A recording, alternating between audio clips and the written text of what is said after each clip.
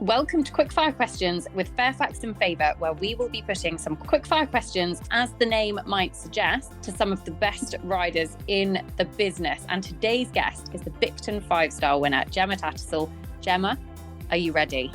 I'm ready, Nicole. What is your favourite TV programme? I absolutely love Friends. So relaxing and funny. What Fairfax and Favour boot would you wear to a trot up? I love the Reginas. They kind of can go with anything, and I've got a few different colours, so to match it with jackets and tops and things like that. And I also love the over-the-knee Amira boots as well. Who is your horse of a lifetime? Arctic Soul. What was your first ever blue box delivery? The Regina. Gemma Tattersall, thank you very much for doing our quickfire questions with Fairfax and Favour. Oh God, it's so exciting. Happy Hail Bob Day. It is a happy Hail Bob Day. That was our elo coming into the competition. Eventing Manager is back. Best show that we have, Alphabetti Spaghetti. Looking forward to seeing quality horses. I mean, you're a bit of an eventing geek just like us. Welcome to the Echo Ratings Eventing podcast, and it is the Luhmühlen preview show for you listeners, because it is 5-star week in Germany. And we're looking forward to seeing who can top that podium. 12 months ago, it was a highly emotional victory for Molly Summerland. Charlie van ter Heijden, a 5-star debut win for Molly. Who will be on top of the podium this year? Well, not long until we find out. And we are going to debate, listeners, some of the key contenders. Spike the Vet, I missed you at Bramham, but it is good to be talking 5-star things all over again. I was there, I promise. Yeah, great weekend. Loved it. Always love a Bramham. But, you know, back down to earth. Tough weekend. Busy, but good results, as it were. And, bring on another 5-star. I love this time of year. It's just weekend after weekend after weekend. It's so spoiled. It's relentless, but I live for it. It's so good. I was at a yard this morning. I went down to see the lovely Kirsty Chabert. And they had a 5-hour turnaround between the lorry parking up to the lorry leaving. Fair play. It is brutal this time of year for the riders and their grooms and the support, and their teams and their washing machines. And the teams at home as well, because they are just as an important cog in the wheel as anybody on the road, anybody at the events with them. Like, it just doesn't happen without them. So we're going to talk about Kirsty Chabert actually in a minute, because I think she has got a great shout this weekend. Now, the man joining myself and Spike on the show, listeners, spent about 15 minutes pre-recording singing to us. I'm not going to ask him to sing again, because once he gets going, he won't stop. It'll be apparently his 5 verses, and it's quite a sad song, etc., etc. So, Dee, what I'm going to say is, are you okay? It's been a tough day. We did give you a pass, but you said no, you were good. All good, Nickers. Always ready. Always ready for a Luhmühlen preview. I would hate to miss it. Another 5-star preview. So, no, all good. Delighted to be here. I feel bad now for being mean about your singing. Listeners, if you want to watch it, it's on Instagram stories. It might have expired by now. I'll post it again. Nudge, nudge, wink, wink. You're welcome. Sorry, Dee. Love you really. Right. Let's dive in to Luhmühlen, because it is always brilliant competition on German soil. And we've not only got the big 5-star, you know, one of 6 5-stars in the world each year, but we have got the German National Championships for the Mesmer Trophy, which is a 4-star short competition, which we're going to go into a little bit of detail on as well, because we see some brilliant combinations, and there'll usually be a few in there that are well worth keeping an eye on for German team selection for the championships this year, which of course the Protoni FEI Eventing World Championships in September, just ones to really keep on your radar. So it's always very, very competitive. We'll come on to that in a minute. Let's start with the 5-star though. And let's start with because I think it's really interesting, actually. One thing that I would say about preview shows at this time of year, you have a lot of the 4-star shorts, and we talk about a lot of the same horses that sort of come to the forefront each time. For me, Luhmühlen actually feels really fresh, really open, and that actually is really exciting. Do you agree, Spike? I think it's a really fascinating entry, and I think there's a lot of horses here that are stepping up to the true 5-star level for the first time, with some really strong 4-star form. And I think there's some really interesting combinations for Protoni later in the year as well. And yeah, I'm really fascinated by it. I was actually listening to Sam's brilliant overview show earlier today. So I've got a lot of what he was talking about in my mind when I look at sort of, the list of horses and, the scores they're going to be aiming for at Luhmühlen. And I think it's going to be a strong one. Let's not try and, oversell it, but I think there's a horse here capable of getting pretty close to a record dressage score, given its rider, and also potentially given seen some of the show jumping improvements in it. I mean, I would have a decent chance as being near the record finishing score too. So we could be for a big week.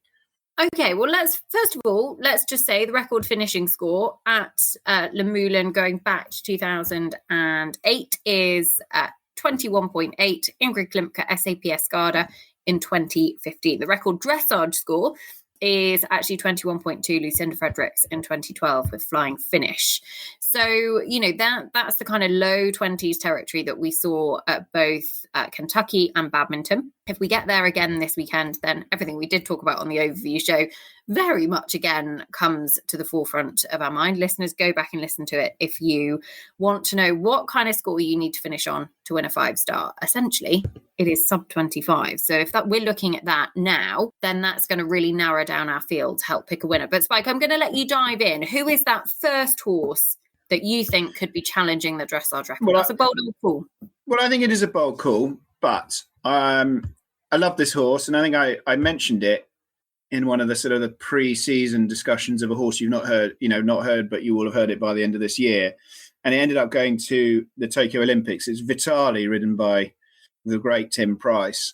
And I knew the horse when it was a young horse, and it was produced by Jock Paget, who now runs the Kiwi eventing program. And it's absolutely impeccably bred for the job. It's a Holsteiner, so it's by Contender out of a heraldic mare.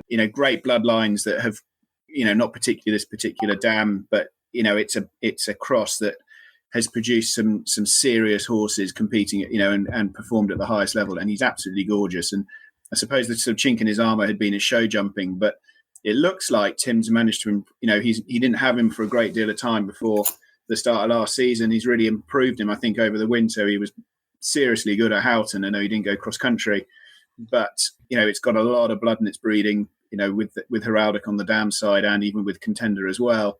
And actually, as I said, referencing Sam's great overview show, Luhmühlen would be the sort of the 5-star that you would probably put even more emphasis on the dressage and particularly the show jumping. The cross country time would be at the easier end of the scale for our 5 stars.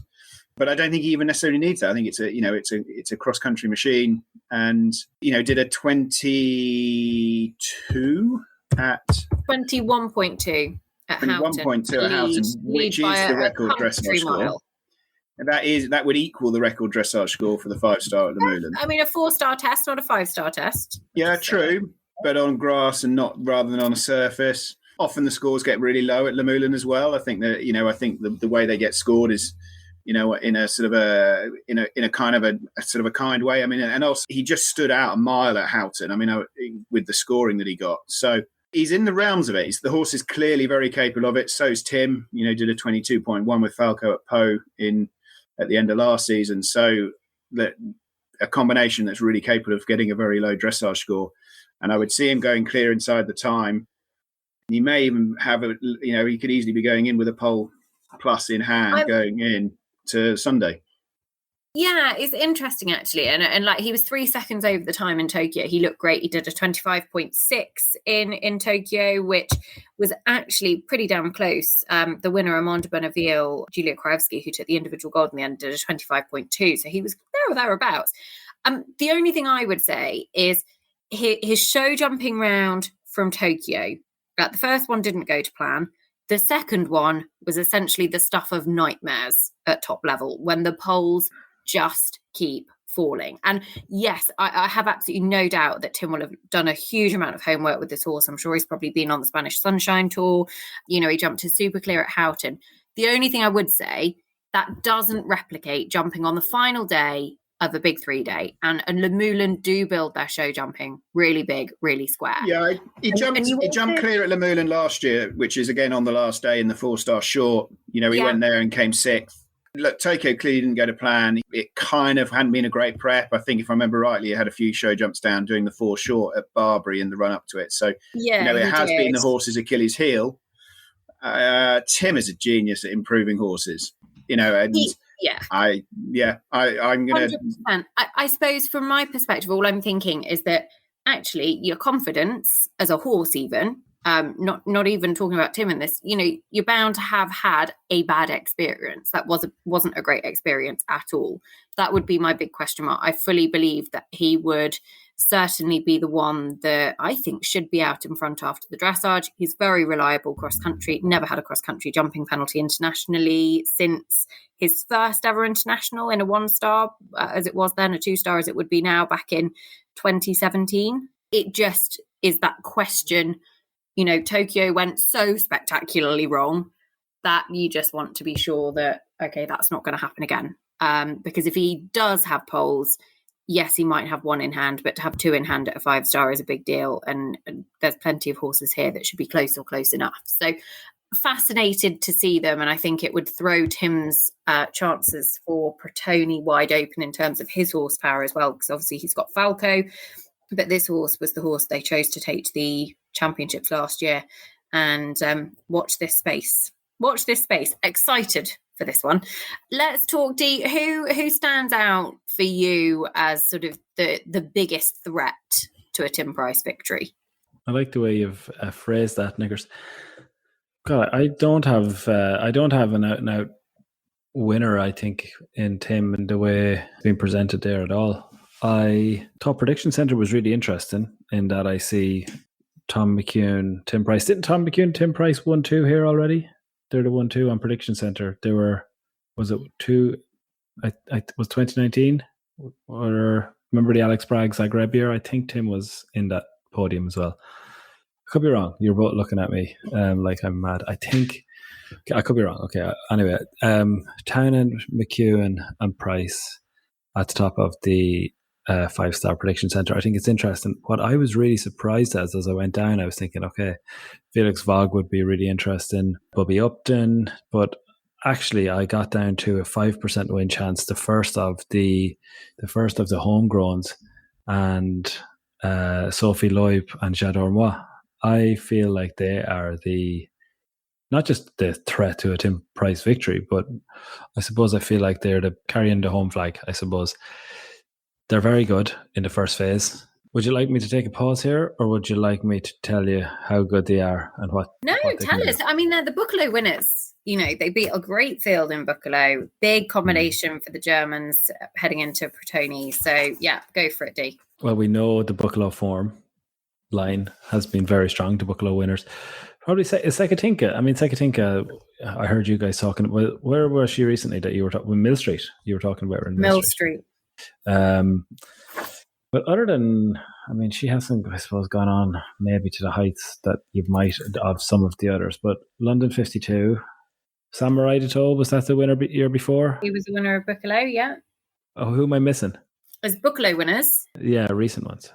I'll tell you. Do you want? I'll give you the old Buccalo winners if you like, Dee. Thanks, Nickers. You've already said Sekatinka. Nicola Wilson's Bulana won it back in 2015, I think.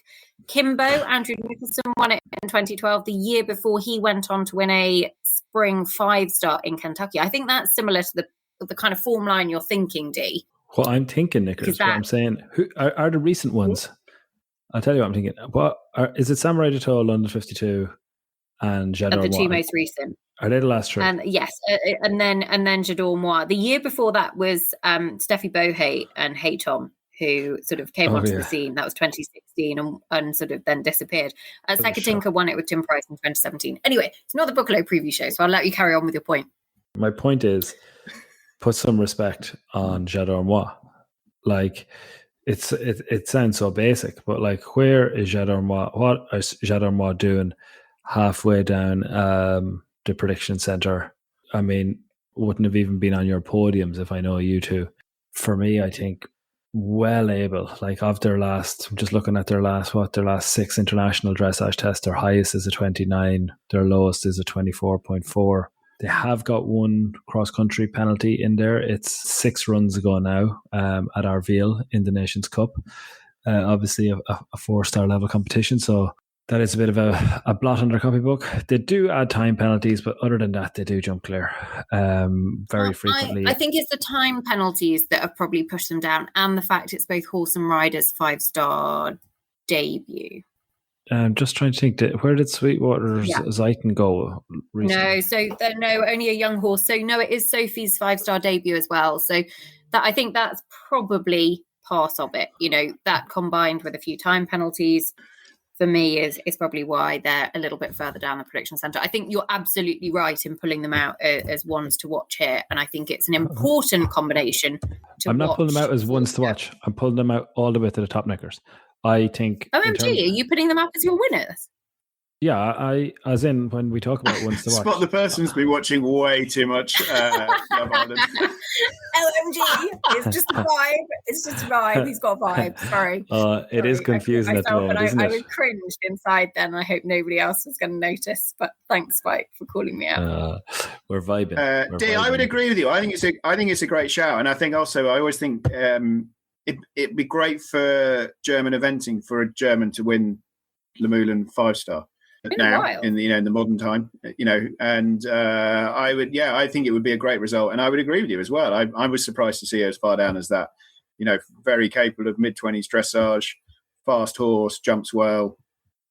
Yeah, if we're looking at needing to get to win a 5-star being 25-ish and under, when I look down the list, I reckon that's got as good a chance, probably a better chance than plenty other things higher up the. Well, in my eyes, I mean, I'm no computer, but a horse that you could see as being capable. I agree. Tell you what, going back to 2008, how many German winners do you think there have been of the 5-star? 2. 1. 2? D? 1. No, there's been a few more, to be fair. So they've won it, 5 times. Michael Young and Sam won it back in 2009. Andreas Dubovsky has won it twice in 11 and 16. So was I right? Julia won it in 2020. No, you said 2. And went 3, 4, 5 because I started adding it up. Oh, I think your signal dropped out. I didn't hear that bit then. And Mickey won it in 2012 with Leopan and Ingrid. So it's actually 6 with Escada. But what I was going to say is the Kiwis have almost been as successful because Tim Price has won it twice, Janelle Price has won it, Andrew Nicholson has won it. They're catching up. Don't really know where I'm going with that one. They've won it more times than I thought they'd won it, to be fair. Yeah, I feel like you really set me up like it was going to be low. If it was going to be low, and you're like, how many times since 2008 do you think? I thought she was doing exactly the same, actually. Well, she did me up like a kipper, I can tell you, Spike. But I think Sophie Loeb has a great chance. I think you mentioned how this certain Victali victory for Nicole and Spike would blow open the Kiwi selection. I think Sophie Loeb and J'adore Moi are really close to the German selection. You could easily see her going as an individual to Bretoni, couldn't you? Yeah, I think so. I don't know necessarily. I think the German selection is always interesting, but you'd have to say Amanda Bonneville, one of Michael's. But Peter, where is Asha P? I don't know. Where is Asha P? Well, I tell you where she's not. She's not going to Aachen, and we haven't really seen her much. Will she be weight qualified? She did a long format last year. She needs to do a long format within the 12 months before a championship. She's going to struggle now. She is qualified, is she?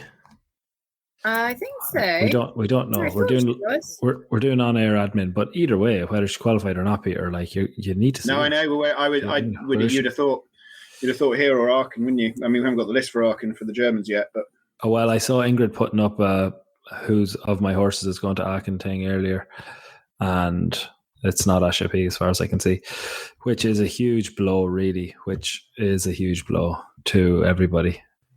She has Sienna. And I think they would plan to take Ingrid. She has Sienna. Big shout. I think they plan to take Ingrid. I think a German championship team, I think they would love to have Ingrid on the team sheet. I wouldn't say they have a massive strength and depth. What I mean is, Sienna is qualified. Equistro Sienna, just do it. I tell you, She did the forlong above Morocco. Yeah, and she was Yeah, great Sophie there. goes really well here, being a Buccolo winner, and let's say top 3 here or top 5. If she goes well. Yeah. That's a strong form, and I know, and you're right. The Germans don't tend to like bringing in new people into their team, but it'd be pretty difficult. Right. Well, no, they have a very consistent group, don't they? And They do. It's a bit too consistent, though. When you think it's probably just 4 people now for. Is it 5 people over 10 years, 15 years? It's hard to break in. It's hard to break into the team. Let's call it that. It is. We'll come to the national championship shortly because Sandra Orforth is back with Fireman Dumas, who's certainly one to watch there. I agree, to be honest. I think Sophie Loeb is a brilliant shout. A little bit less obvious to a lot of people, perhaps, but a Buccolo winner, 5-star debut that is much awaited. I'm looking forward to seeing it.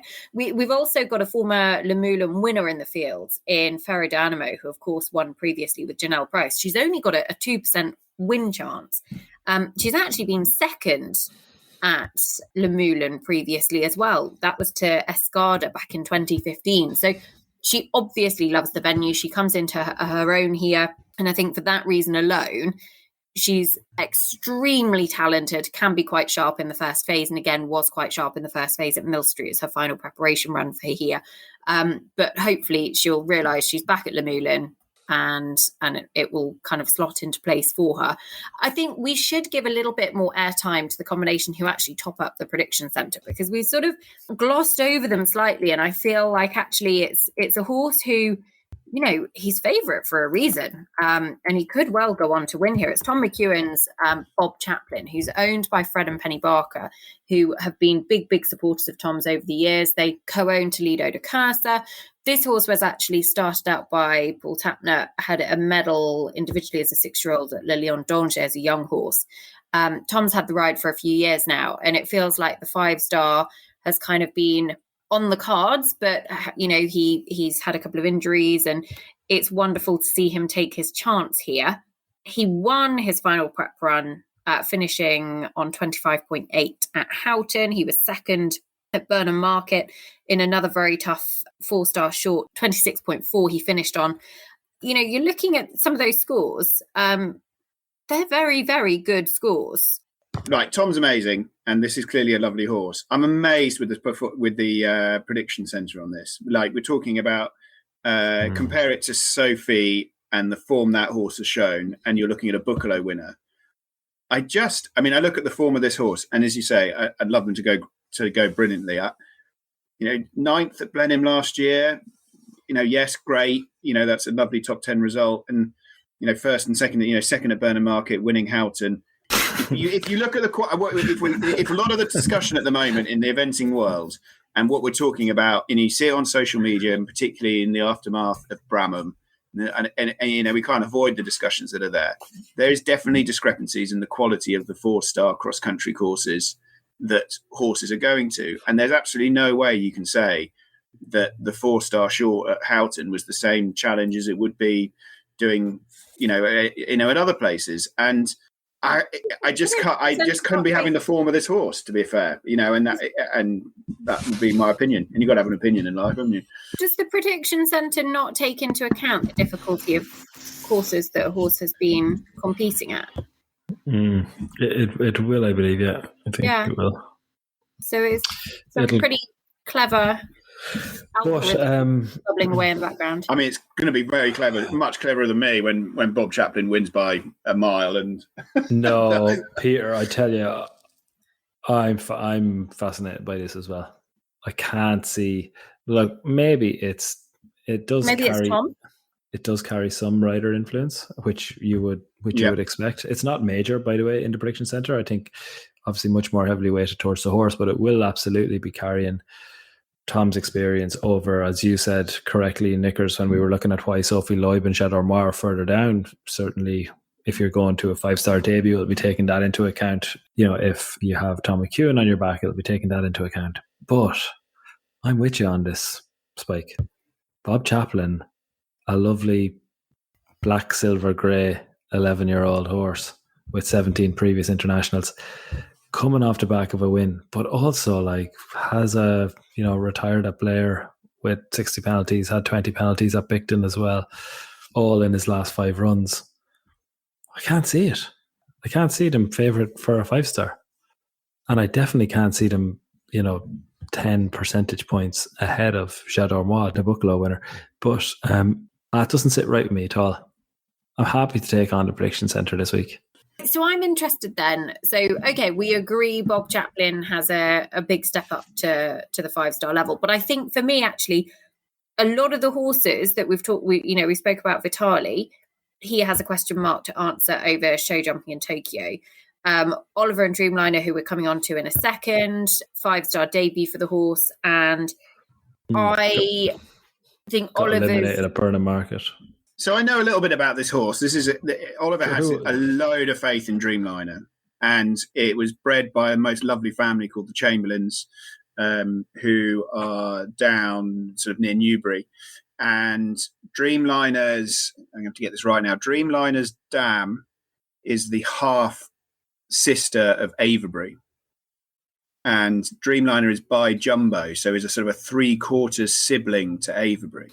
It's been with a number of riders, but Oliver has just had unending faith in this horse, and I believe it's had a little bit of a breathing issue in the past. That has now been remedied, and I think they're very hopeful, and it could go very, very well, and never underestimate, the Townend factor. So I could see it going very, very well, but I'm not sure if it'll be competitive enough in the first phase. That would be my concern here. I mean, just throwing it out there as well, the horse is grey. And I mean, Oliver's track record with greys, which seems to be expanding rapidly, listeners, is not a bad thing as well. I mean, far be it from me to give it all onto a colour of a horse, tongue in cheek. But it's, so interestingly, I saw this horse at Chatsworth when he won the 4-star section there. I was not impressed by the clock. See, I thought he was going to be much slower than he ended up being. I was thinking, he doesn't look like he's going very quick. The time's really tight. And he came home 5 seconds over the time, 2 time penalties, fastest round of the day, and took the win. But that was Oliver's genius of the fact that he was so economical in his lines. He didn't have to set the horse up a huge amount. That'll help him here in Luhmühlen. He's obviously here off the back of 2 wins. I wouldn't expect him to be leading the dressage, but maybe he'll be close enough and he'll be able to just kind of creep his way up to the top of the table. I'd love to see it go well. The owners and are the breeders, and the Chamberlain family are such great supporters of eventing as a whole, and it would be absolutely brilliant to see them go well. And listeners like to be so closely related to Avebury that everyone was such huge fans of. Wouldn't it be brilliant to have another superstar grey there in Townend's team? Okay, let's talk I have one final thing to say on that, Knickers, is I don't think that Chatsworth form line is as strong as previous years. D'Artagnan de Belliard, who was second to Dreamliner, has just been 4th at Bramham. Pencross Crown Jewel, who was 3rd on the podium at Chatsworth, has just been 2nd at Bramham. Yeah, they're both strong shouts. I'll give you that. Yeah, well, I mean, it's always disappointing when someone else makes a really good point, isn't it? No, not in the slightest. I just don't. Damn it, she got me. Well, they are both good Bramham results. It was a tough enough Bramham. It's a totally different test. If you think about what you think, well, just in terms of time, because he started on a 29.4 Dreamliner that day, and I think he is the fastest round that day with what does he had 2 time penalties, and the closest to him is I think 4 with Gubby Leach. But I personally, Knickers, just don't think, like, when you think of what you've got to do to win a Chatsworth, I just don't think that when you go through the list of who he beats, that it's anything that makes you step up and say. To be honest, I agree enough, and I'm not saying that he's not going to necessarily be topping my podium at the end of this show. I don't know yet. I've got to make that decision, listeners. But I guess where we were talking about the prediction centre being a little bit, more wide open, you could actually argue Dreamliner again in the same sort of, way as Bob Chaplin hasn't had as many big results and as much recent form. But the two riders are really, really good, established, very competitive 5-star riders against some of those who are much less experienced at 5-star. Bubby Upton Cannavaro, for example. Bubby, only stepped up to 5-star at Po last year, and she'd have a great shout here. But there is still that, that question mark. It's a different level. I think let's cover a few of the others in the field because there's some interesting ones, and then we will talk about the podiums and go on to the German National Championships. I think Liz Halliday Sharp is coming over with Cooley Quicksilver, who has been in great form so far this spring. He won the very competitive 4-star in Kentucky. Also think he had another win a few weeks after that as well as part of his preparation for here. And he's, experienced at 5-star now. He's been to Po, he's been to Kentucky. We haven't seen much of De Niro Z, who I understand is back in work and we should see him soon. But again, US team, Pratoni, just keep an eye on them because it could well be a combination that we'll see in a few months' time in September. You've also got the likes of Lauren Nicholson, Vermiculus, who should have been headed over for badminton. And then they actually stayed, did their dressage in Kentucky. The horse had a bit of a setback, did their dressage in Kentucky and rerouted here. And they've got a 5% win chance. Ben Hobday has rerouted Shadowman after his fall at badminton. And again, very, very interesting combination. He wanted to do some damage on the leaderboard. And I quote that from Ben at his show that he did, the Zebra Show, with his pre-badminton.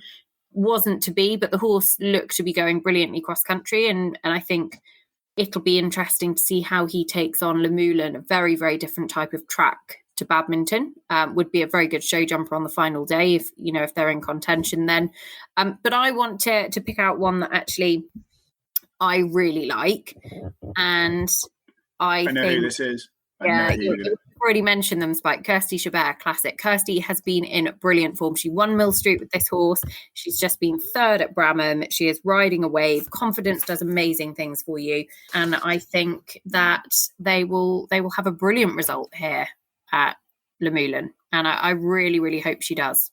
The only thing that doesn't work in Kirsty's favour is that we're talking about needing to be, strongly sub 30, and the horse hasn't quite performed to that in an arena yet. And it's got all the flash, and it's a lovely mare. It's just getting her to sort of soften and concentrate in within the white boards. So all the capabilities.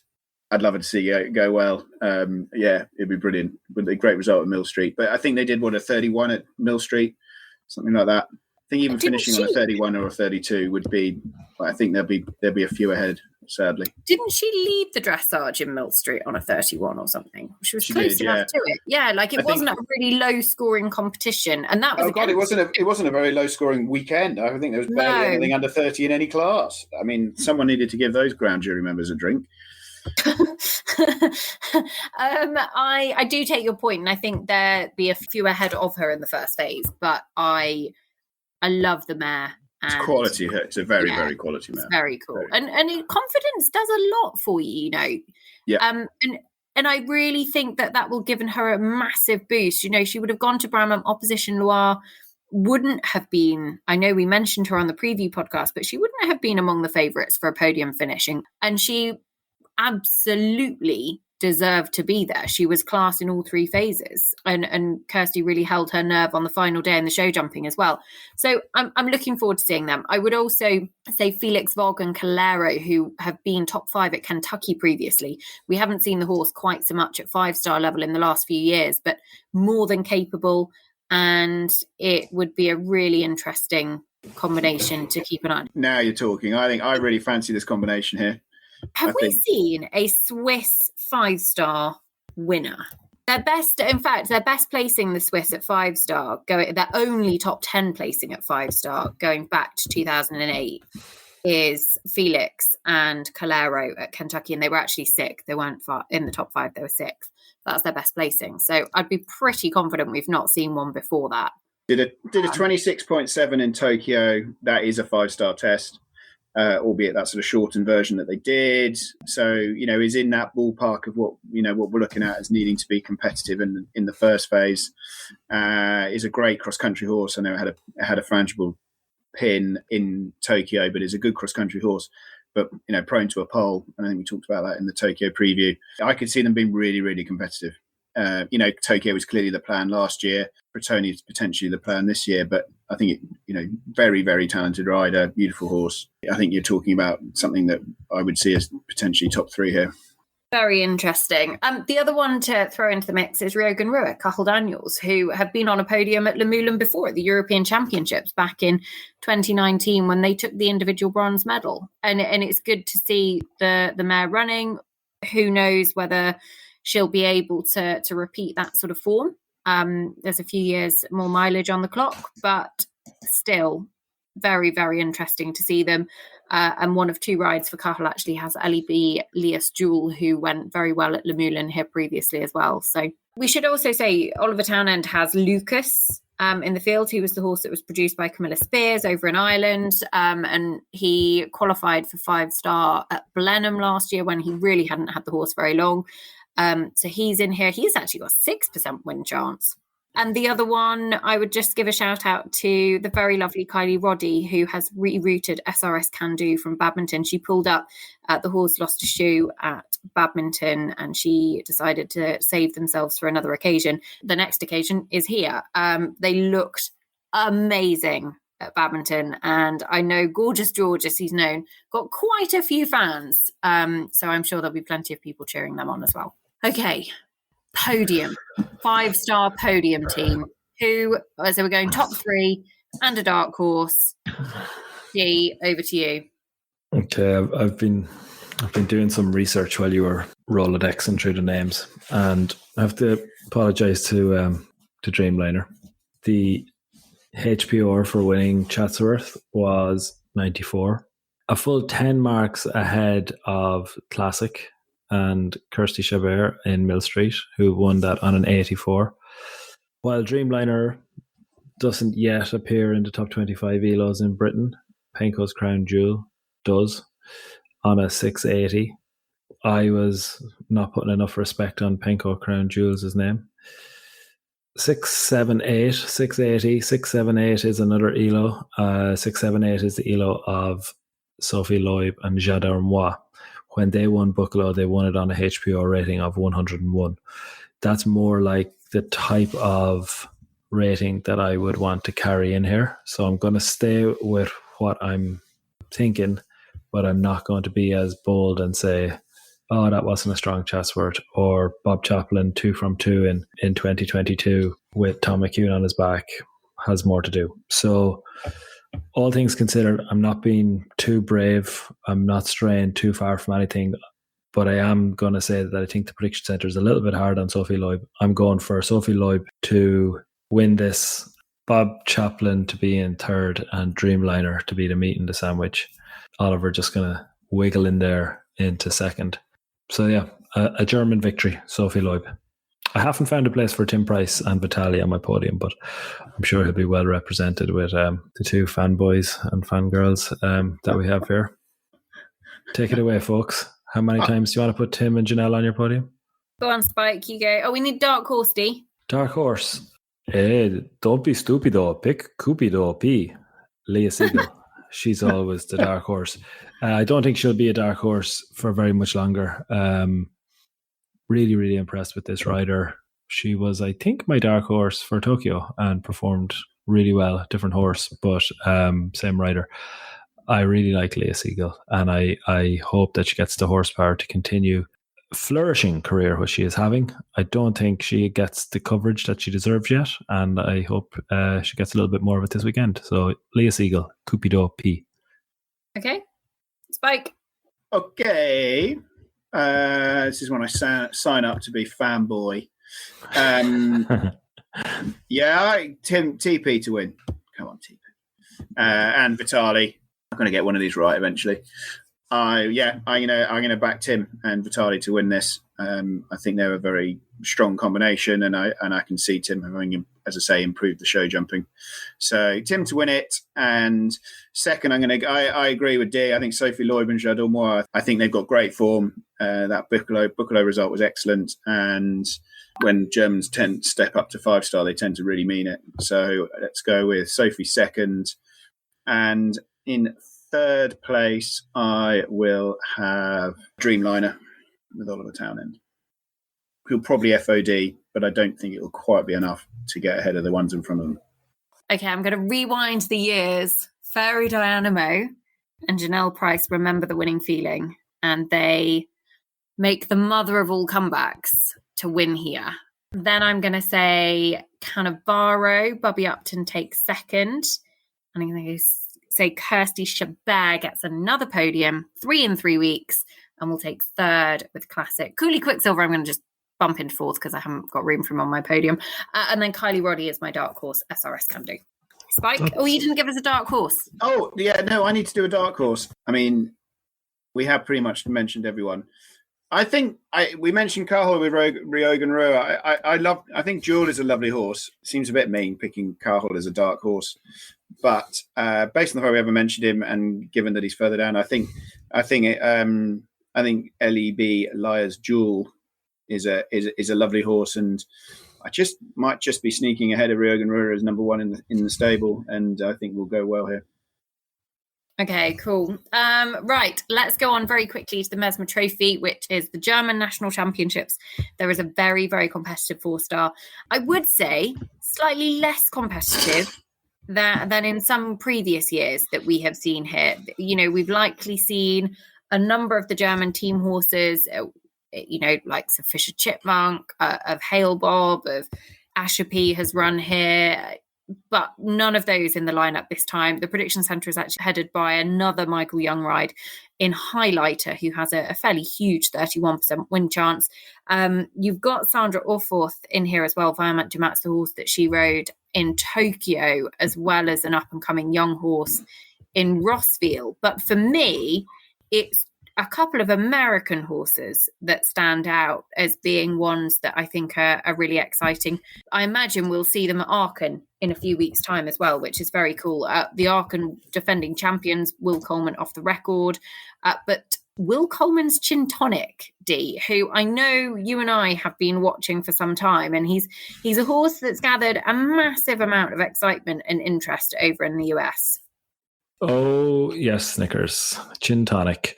I would say Chin Tonic, probably helped by us, but one of the big talking horses of the last. Sometimes that sounds a little bit disingenuous, a talking horse. Maybe it sounds a bit like that the talk is undeserved. But no, Chin Tonic, I think they have, 5, maybe 6, 5 career international wins from just 11 runs, by the by. The interesting thing, of course, here is that they went to the 4-star short at Kentucky and had 40 penalties. The first jumping problems of its career. Coming into Kentucky, I think, were they our big favourite? I remember giving them a lot of talk, Knickers. It was, I think, never outside the top 5 in 10 international runs. 1, 3, as in first, third, and then first coming into Kentucky. So absolutely, I'm able to overlook a single result. I think Chin Tonic should give a Highlighter a decent enough run. Well out, 22.4 at Aiken. I'm not going to use Aiken as a benchmark though, because I think it can be generous there. So you're looking more like 25s, 26, 27s in the dressage. Very strong cross country and very good show jumper. Time could be interesting, could be a little bit tight on time, I'm not sure, but it wouldn't quite be the Fairy Dynamo comeback that you're dreaming of over in the 5-star. It would be, I think, good for Will to get this horse on track, and what a place to do it. In the 4-star short at Luhmühlen, definitely one of the toughest 4-star shorts, certainly traditionally one of the toughest 4-star shorts that you'll see in the world in terms of the field that lineup. Yeah, I actually think for me the time is going to be a really interesting point for this horse, because he's won previously over in the US, having picked up a handful of time penalties because he's been out in front after the dressage of sort of mid-low 20s. I don't think he'll be able to afford to do that here with the likes of Michael Young's Highlighter in the field.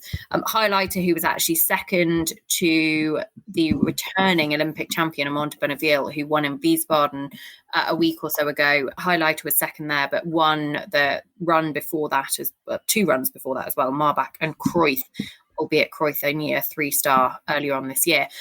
I'm fascinated to see the horse over on European soil, and I'm looking forward to seeing just kind of how he shapes up. Likewise off the record, because, the last time he came over, he won in Aachen last year, and that was a big old result for them. Dirk Schrader has Casino, which again, look out for them in terms of potential German team selection. Bobby Upton has both Clever Louis and Jefferson 18. Of the two, I actually really like Jefferson 18, and I know it's a horse that Bubby thinks a massive amount of, not as experienced as Clever Louis, but very much all things looking to be coming together for them. So I'm looking forward to seeing them out here. Let's go for a podium in this German National Championships and see who will be on the top spot. I'm going to start and say I can't see Michael Young being beaten. Everybody loves to win their own national championships, don't they? He's won plenty of them, and I think he'll win another this year. Sorry, Nicole, I'm so distracted by Peter banging his keyboard with 2 big planks of wood as he tries to search, as he tries to bash in the name Diarm du Matz. No. He's got a dark horse up his sleeve. He two finger types Clever Louis into his keyboard. So I'm going to say Highlighter wins. I'm going to say that Diarm du Matz, Sandra Orforth, a second. And I will actually say it's a German whitewash of the leaderboard. Dirk Schrader Casino is third. My dark horse is going to be... Do I get Jefferson 18 as a dark horse? No. Okay. In that case, my dark horse is going to be Jerome Robin, who is the absolute young superstar that has come through all of the sort of the young rider junior teams, and he has Black Ice, who was actually third on the podium in Barbarocco on this horse, being numerous top tens at Marbach in the 4-star short, Radovzel in the 3-star, 5th in Arville last year, so pretty confident with that. Happy. Black Ice, Jerome Robin is my dark horse. Did you leave off the record off your podium? Yeah, she's literally jumped off the American train. I know. She gave both of them a big old hype, and then she's just ditched them. I went German whitewash, German National Championships, German whitewash on the podium. I'm shocked that you left off the record off. Did you see Aachen as a fluke, or like what do you? I'm not trying to be deliberately. Fluke's harsh, but it was a weak field. I wouldn't say I'd call it a fluke at all. I would say the thing for me is he's returning. He ran in Kentucky.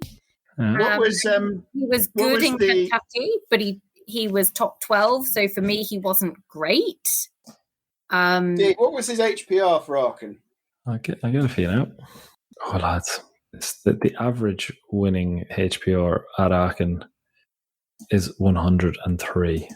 Yeah, but it's actually 104. This will be mid-90s or low 90s. It must be. Okay, here we go up here.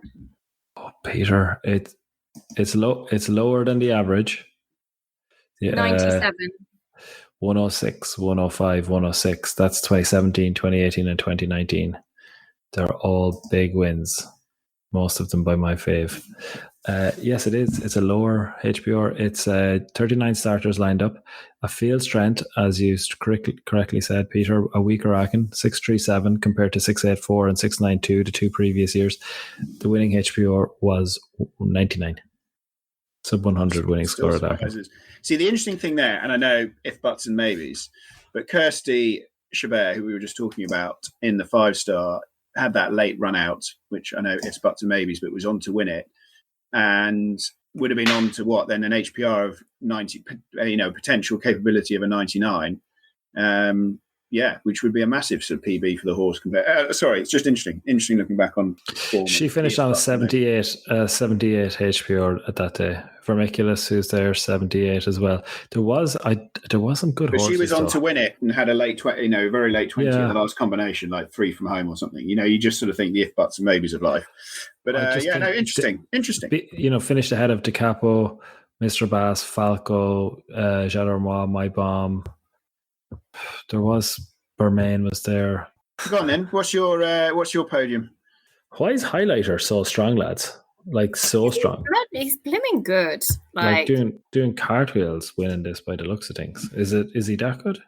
Yeah, he would be. So he was second in Wiesbaden to Amanda Benaville. Yeah. He has numerous top kind of 10 placings at the 4-star short level. It's an 11-year-old is very much kind of heading in the kind of upward trajectory. Hasn't been out of the top 2 in his last 5 runs. He's been second in Wiesbaden, 1 Marbach, 1 Kreuz, second in Kronenberg, second in Montelibretti. With Pietro. With Pietro. Not been out of the top 2 in his last 5. I think that's the big one. Yeah, lads, Michael Young has so many good horses, doesn't he? Fisher Chipmunk has just gone over 900, by the way, into the top 5 on the last 15 years all-time list. He's funny because he had that sort of what felt like a quieter period. Le Pièce Satique Sam, Rakana retired. There'd been such linchpins in his team, and he'd obviously had all of those very, very good horses that had won European titles. And it feels like his strength in depth is just growing. He's got Kilcandra Ocean Power, who has stepped up to the 4-star level, was second at Barbarocco. He's got Highlighter, obviously. He's got Fisher Chipmunk. He's got Fisher Wild Wave, who... Do you not think he saw that coming, though, Dee? Which is why he went and bought Chipmunk, or his owners went and bought Chipmunk. I do not think he saw that little bit of a dip, and Chipmunks sort of filled in that gap whilst these other ones... Yeah, absolutely. Possibly. I just think it's one of those situations, isn't it, where he's back to number 2 in the world now, and it just kind of I think Highlight's interesting. I don't understand why it's not in the long. I'm surprised it's not gone 5 long. Looking at its record, I don't think it's done a 4-long with him in Buccalo in 2019. Okay, but it means that it's not qualified for WEG. I'm just surprised he's not stuck a 4-long in somewhere this spring. It did Pietro. It did a 4-long with Pietro. So I just wonder. Doesn't matter. I don't think it means it wouldn't be qualified with him for championships. I don't believe. I mean, I'd have to check. He's qualified for 5-star with Michael Young. But that doesn't mean that you're championship qualified, because you've got to do a 4-long within a period of time before a championships, don't you? Or a 5-long. Anyway, that would be my slight angle on this. But I mean, he's obviously in there to win it. He's there to win it. I'm sorry, I was on my podium.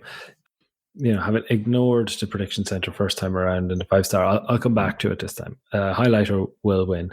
Chin Tonic will get back on track. But Chin Tonic, oh God, will he beat off the record? He will. Yeah, he will. There's a new sheriff in town in Will Coleman's stable. Highlighter, Chin Tonic, 1, 2. Viamont de Mats, I won't have. Casino, I won't have. I will have Clever Louis and Bobby Upton. Ooh, what a performance that would be. Podium in the 4-star short. Go on. Okay, Spike. Yeah, I think Dee's almost right. Michael Young to win. I think I will keep the faith with Sandra and Viamont de Mats. I'm not sure if the whole nation of Germany have forgiven her yet for Tokyo, but I think they can. I think they could start coming back. They are a proper class combination, and Sandra's a genius. So Sandra's to come second, and I would agree. I think Bobby with Clever Louis to come in third. Oh. Well done, lads. I'd be backing the other Bobby Upton horse. I'd be backing Jefferson 18 for me. Should we have a little internal bet? Yeah, go on. Well, I'll do a little internal bet with you. Go on, I'm not being mean, but I think myself and Spike will have significantly more horses on the podium than Nickers. I think your selections tonight have been wild. I'm just gonna. Yeah, but she was on form at Bramham. The Bramham prediction, she was very good with, in fairness.